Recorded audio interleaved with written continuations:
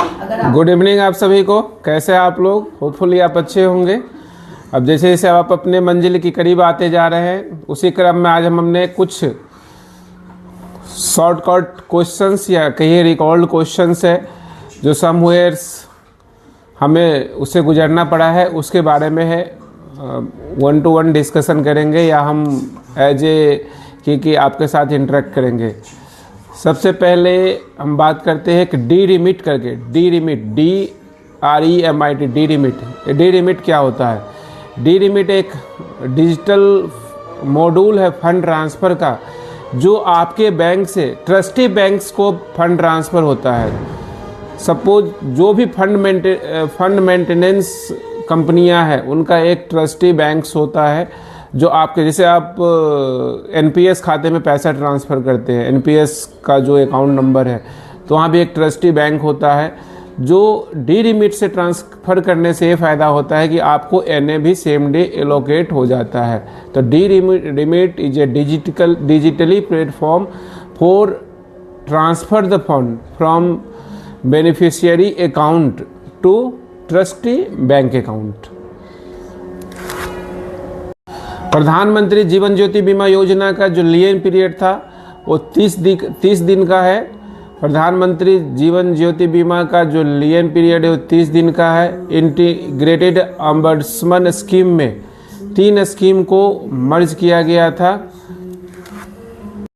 DRT में जो हमें सूट फाइल करने की लिमिट है या क्लेम अमाउंट, जिसको आप कह लीजिए, बैंक जो रिकवरी करेगा वो क्लेम, बैंक्स का क्लेम अमाउंट्स है, या जो हम सूट फाइल करेंगे अगेंस्ट द कस्टमर्स वो भी एक क्लेम अमाउंट है। तो इसमें 20 लाख है ऊपर से के राशि पे DRT में केस फाइल किया जाता है। विलफुल डिफ़ॉल्टर 4 रीजन से होता है। विलफुल डिफ़ॉल्टर का 4 रीजन है: डाइवर्जन ऑफ फंड, दूसरा है साइफनिंग ऑफ फंड, तीसरा है disposal of stock without acknowledgement of bank. Bank ने जो एसेट पे फाइनेंस किया था उसको बिना बताए बैंक को बेच देना। चौथा कंडीशन है वो पैसे देने की इच्छुक है, कैपेसिटी है, लेकिन नहीं दे रहा है, विलिंगली वो बैंक का पैसा नहीं दे रहा है। These are the 4 reasons for the wilful defaulter: diversion of fund, siphoning of fund, disposal of stocks या asset without acknowledging the banks, and person capable to pay but not paying the bank due। Deposit educational awareness fund DIF, जो भी हमने just previous video में आपसे बात करी थी, वहाँ पे इनको किस एक्ट के तहत बनाया गया था? तो banking regulation act section 26A के तहत बनाया गया था। और इनमें जो इंटरेस्ट पेमेंट्स, जो क्लेमेंट को इंटरेस्ट पेमेंट करना है 3% के हिसाब से सिंपल एनुअल इंटरेस्ट पेमेंट करना है। और ये अप्लीकेबल है लास्ट आई थिंक 11 मई 2021 से, जो भी सेम रेट कंटिन्यूड है। KYC updations low risk customer में 10 ईयर्स में कराना होता है, मीडियम रिस्क कस्टमर में 8 साल में एक बार कराना होता है, हाई रिस्क कस्टमर में 2 साल में एक बार करवाना होता है। ये बहुत सिंपल है, सारे इवन नंबर से और 2 का मल्टीपल पे है। लो 10 year, medium 8 year and high risk में 2 ईयर्स में KYC अप टू डेट कराना होता है।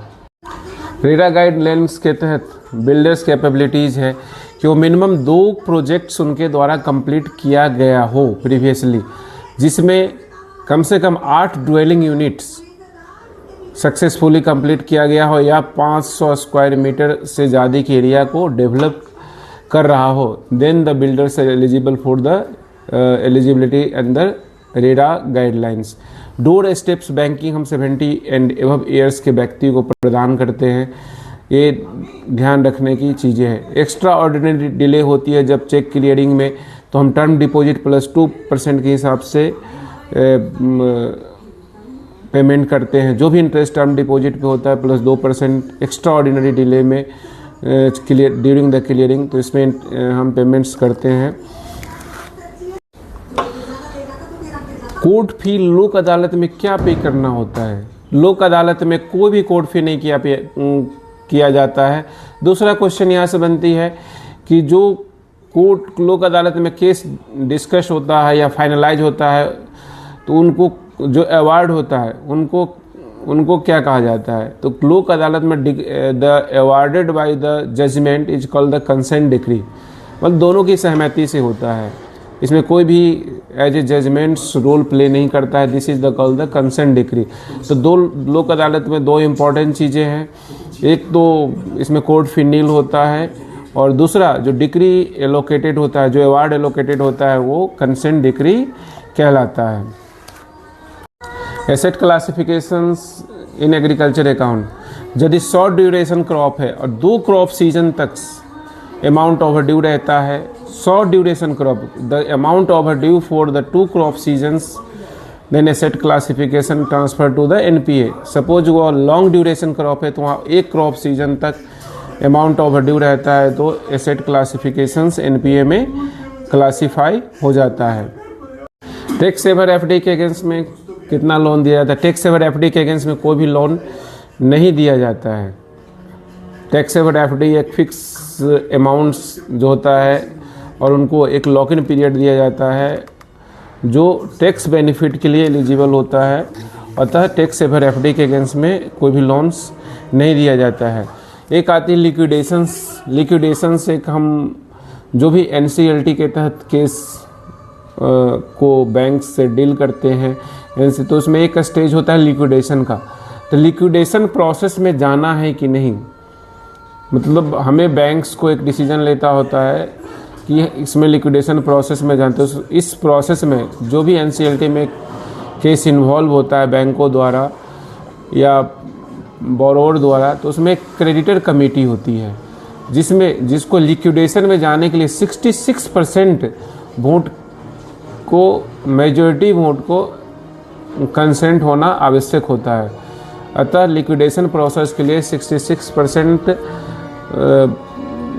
क्रेडिटर कमेटी की 66% क्रेडिटर कमेटी की जो भी मेंबर है उनका 66% का कंसेंट होना मैंडेटरी है। हम क्रिलिक्स में किस तरह की डाटा को रिपोर्ट्स करते हैं? क्रिलिक एक कंपोजिटरीज है जिसके तहत हम कुछ बड़े अकाउंट्स की डाटा को रिपोर्ट्स करते हैं।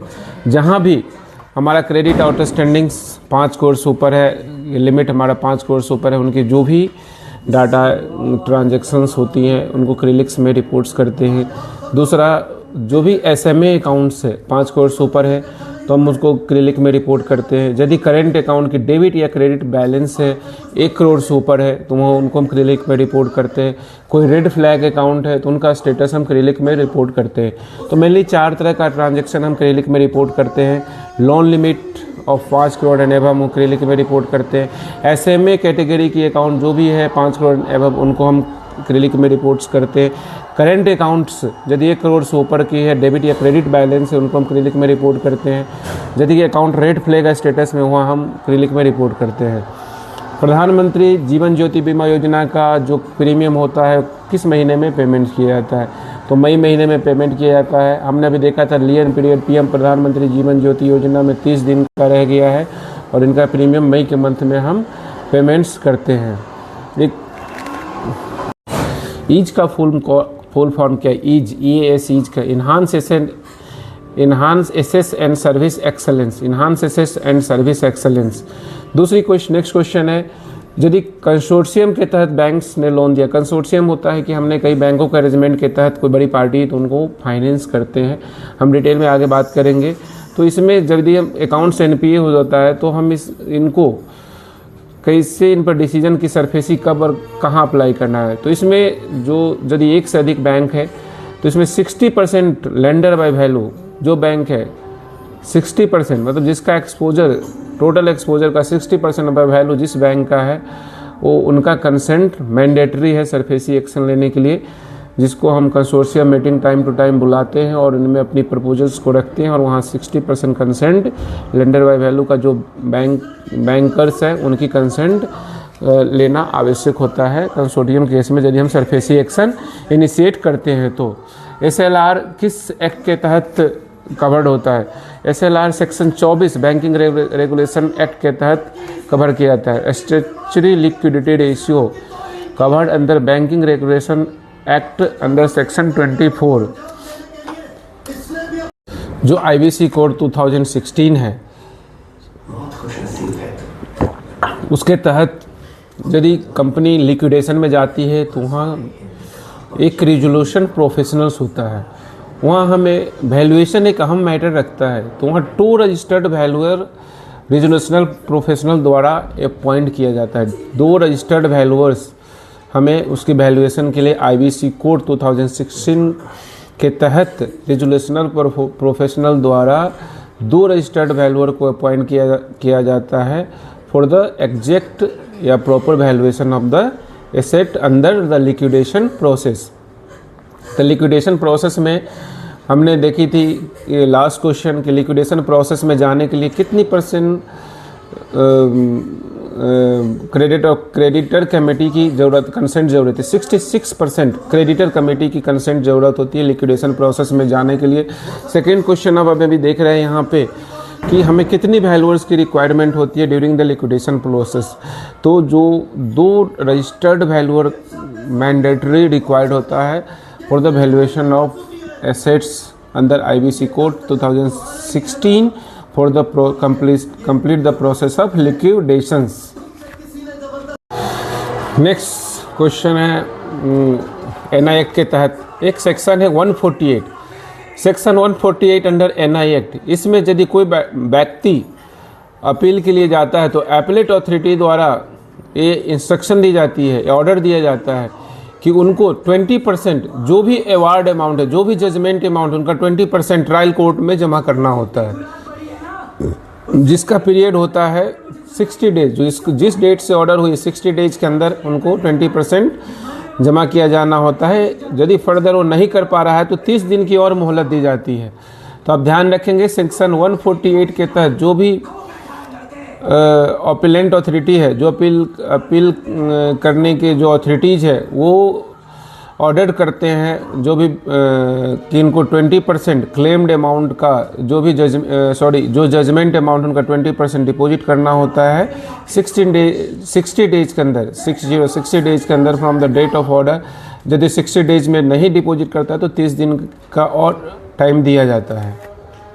कोई फॉरेन स्टूडेंट है और इंडिया में वो अकाउंट खोलता है तो 30 दिन का उस पर रिस्ट्रिक्शन रहता है कि मैक्सिमम डिपॉजिट उस अकाउंट में $1000 कर सकते हैं और मैक्सिमम विड्रॉल्स 50,000 रुपये कर सकते हैं। ये आप याद रखेंगे इनको। जो भी फॉरेन स्टूडेंट है इंडिया में अकाउंट्स खोलता है तो 30 डेज का रिस्ट्रिक्शंस होता है जिसमें मैक्सिमम वो $1000 जमा कर सकते हैं और मैक्सिमम 50,000 रुपये वो निकाल सकते हैं। यदि ट्रेड्स का फुल फॉर्म क्या है? Trade receivable discounting system, TReDS TREDS, TReDS के बारे में डिटेल से आगे बात करेंगे। ट्रेड्स का फुल फॉर्म क्या है? Trade receivable and discounting systems. फिर हम एजुकेशन लोन पे सब्सिडी होती है वो किस पीरियड तक प्रोवाइड किया जाता है? एजुकेशन लोन की सब्सिडी केवल जो भी मोरेटोरियम पीरियड होता है उस पीरियड तक प्रोवाइड किया जाता है। जो एजुकेशन पीरियड होता है पार्टिकुलरली जिस पीरियड के एजुकेशन पीरियड होती है उनके जो भी मोरेटोरियम होता है, जितने कोर्स पीरियड है उस पीरियड तक हम सब्सिडी प्रोवाइड करते हैं। तो इनका आंसर है मोरेटोरियम पीरियड्स। सेल बैंक क्या होता है? Shell bank SHELL shell bank, जिसका कोई भी फिजिकल प्रेजेंस इंडिया में नहीं होता है या कहीं भी कंट्रीज में कहीं नहीं होता है, वो उसे सेल बैंक कहते हैं। और सेल बैंक का ऑपरेशन इंडिया में अलाउड नहीं है, उसको परमिशन सेल बैंक की ऑपरेशंस इंडिया में परमिट नहीं किया गया है।